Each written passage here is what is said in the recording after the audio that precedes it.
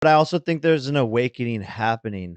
Same time. And I think people are getting sick of the social media platforms and like basically the social dilemma and being addicted to their phones.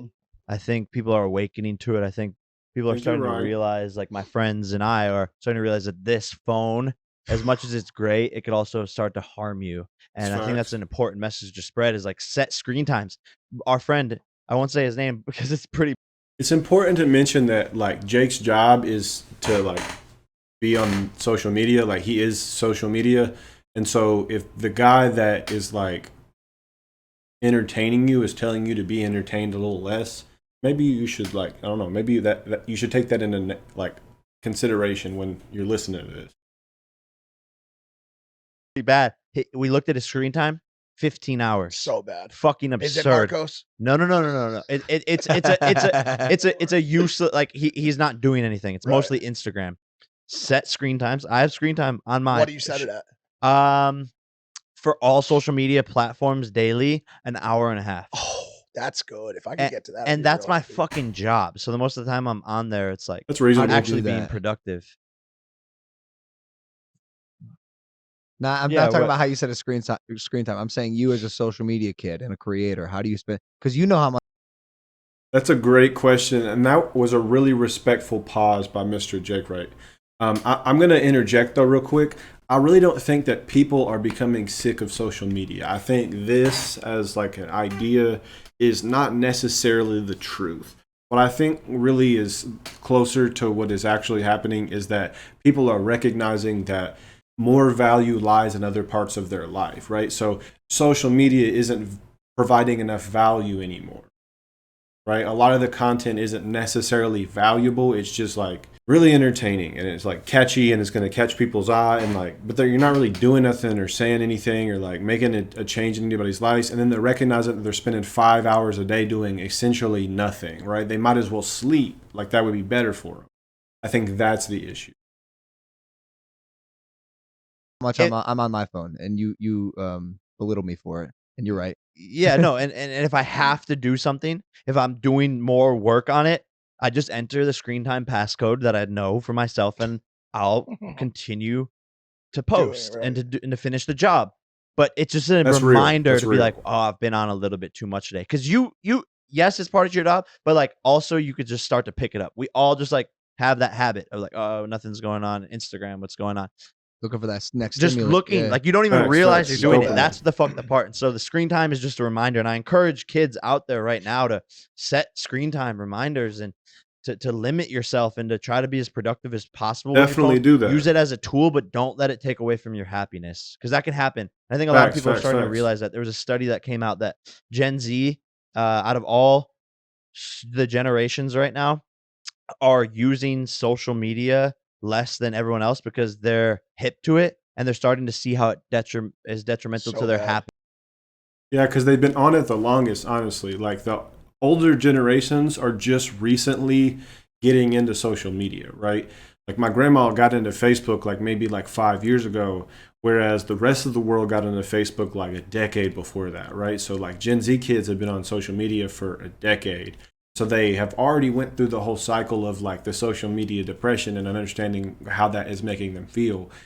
I think that just logically makes sense that they got to the point of, oh, this is making me a little depressed and I'm gonna take some breaks from it.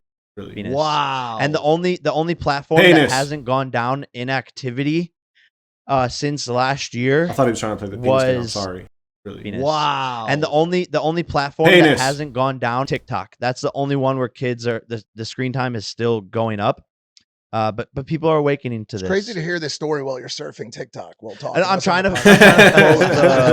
that's funny, bro. But I actually they get mad at me for not texting back because I generally do no, it's not good. And I'm so much happier, bro. That's a cool little thing on that guy's shirt. Gen Z consumer like survey. That shirt.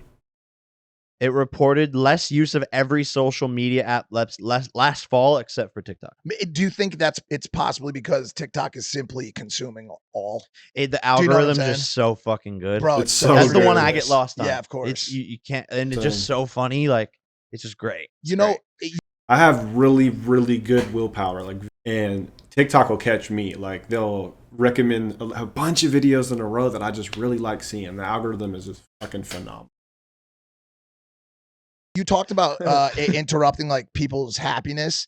There's also another problem it causes. I was watching a doc, like mini doc on this the other day. Social media does a terrible thing that is fragmenting your focus.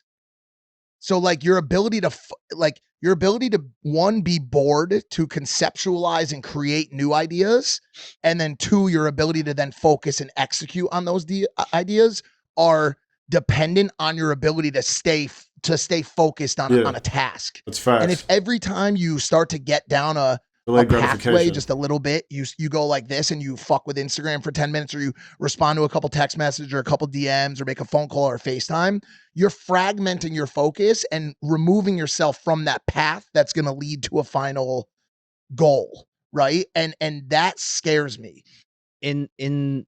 No, that's real. That's super real too. That's a very, very good point that this gentleman just made. I think his name's Mike. I don't really know, but that's a very great point that he just made. I think social media promotes instant gratification because it introduced this thing to literally everybody, even people that historically don't take drugs, that you can just scroll for a little bit and it like is instant dopamine. And like the reason it consumes you is because it's just like instant gratification, instant gratification, instant gratification, instant gratification. And you can't go do something and work on your dreams and your goals because you're stuck in this instant gratification loop, and you can't get to the delayed gratification thing because it's so difficult. Every day I try to practice putting the phone down for extended periods of times when I want to think about something and when I want to come back to my inner peace and happiness. I'll put the phone down purposely for 45 minutes and do a 10 to 20 minute meditation in that time, and it literally recalibrates me. Most people don't have time for that, though. Creativity, happiness, and I feel like myself again, because you can get lost in the jumble of calls, emails, texts, social media, posting, all of this stuff. And then in the morning, everyone's first habit is to pick up Most the phone people don't have that and much look time. what's going on. And that is You probably don't have enough time to meditate, so that sounds like some mumbo jumbo to you. Meditation is very real, so if you do have the time, I would suggest trying it. But if you don't have the time, like most American citizens, what you really need to do is like just put the phone down and go do whatever it is that you were putting off, right? You started scrolling because you're like, I'll scroll for 2 minutes and then I'm gonna go in there. And then you got to the 2 minutes and you didn't even recognize it had been 2 minutes, and then 30 minutes went by and you're like, oh crap, I forgot to do this. And then at that point, you have the option to then decide whether or not you're going to go do the thing or get back on the phone. And most people would just go back to the phone. So instead of going back to the phone, just go do the thing that you're not doing, right? And then after you do that thing, you'll feel like you're awesome. Like, I just need to keep doing this and stay in this mindset and be present in the real world and not my phone. that fucks your mind up. Like, you cannot get into the habit of that. I've broken that habit through waking up. I stand up, I go to the restroom, then I come back to bed and I do a 10-minute meditation every morning, and my happiness levels are meditation is cool though. It is cool, but most people don't have time for that. Increasingly going up because of that. Listen, and then when I come to, I guess what he's saying is, I apologize, right? He does have a good point. I guess what he's saying is that instead of getting on your phone, you could just meditate for 20 minutes. Instead of getting on your phone in the morning when you wake up, you could just do a 10-minute meditation instead of a 10-minute scrolling. And then instead of it being a mindless waste of time, it's a productive waste of time because you're going to waste the time regardless. to the phone, it's not like anxiety right away and like, fuck, I have all these things. I'm coming to the phone. The phone's not fucking me up. Listen to my take. It's hard for me to get out of bed. That's cool, I'm Jack. not a That is morning cool. person. I never have been. I hope it changes one day, probably maybe when I have a kid and he or she's waking up real early. But I look at the phone the first thing in the morning because the work, the texts, the things that I know I have to do excite me. I get stimulated in a way that makes me want to get out of bed and active and excited about my day. It's almost like my first burst of caffeine.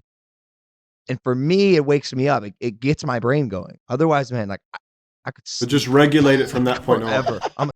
Like, here's the thing with coffee, right? Is like you get up in the morning and you drink your cup of coffee, and that's no big deal. Nobody cares that you just drink your cup of coffee. But if then you have to go to work and drink a cup of coffee, and then you finish the cup of coffee and then you have to drink another cup of coffee, and you finish that cup of coffee and you have to drink another cup of coffee. But you keep needing that hit of coffee. That point, it becomes a problem, right? Nobody cares that you got on your phone in the morning when you woke up. The problem is that you got on the phone in your morning when you woke up, and then while you're cooking breakfast you're on your phone, and then while you're eating the breakfast you're on your phone, et cetera, et cetera, et cetera. That's the issue. I'm a sleeper. I think that's more of a rare case where that Yeah, all you're an that outlier. all Yeah, that work yeah, you should be- excites you. yeah. I think for most people it creates anxiety. 100%. Oh, okay. Definitely does for me. But another thing to get you out of bed, plug your phone into your bathroom next to your shower. So when you get up to go look at your phone, you're already next No, to no. your shower. Did you hear what I said? No, I know it It's hard excites for you. me to get out of bed. Yeah, but you want to go towards your phone. Yeah, so you would get out of it. That's what I'm saying. What Logan's saying is his problem is not that he's addicted to his phone. He's addicted to sleeping. And I would say that I will probably of that breed as well. I also love a good extra 30 minutes of sleep. But I hope that you have a good rest of your day. Peace out.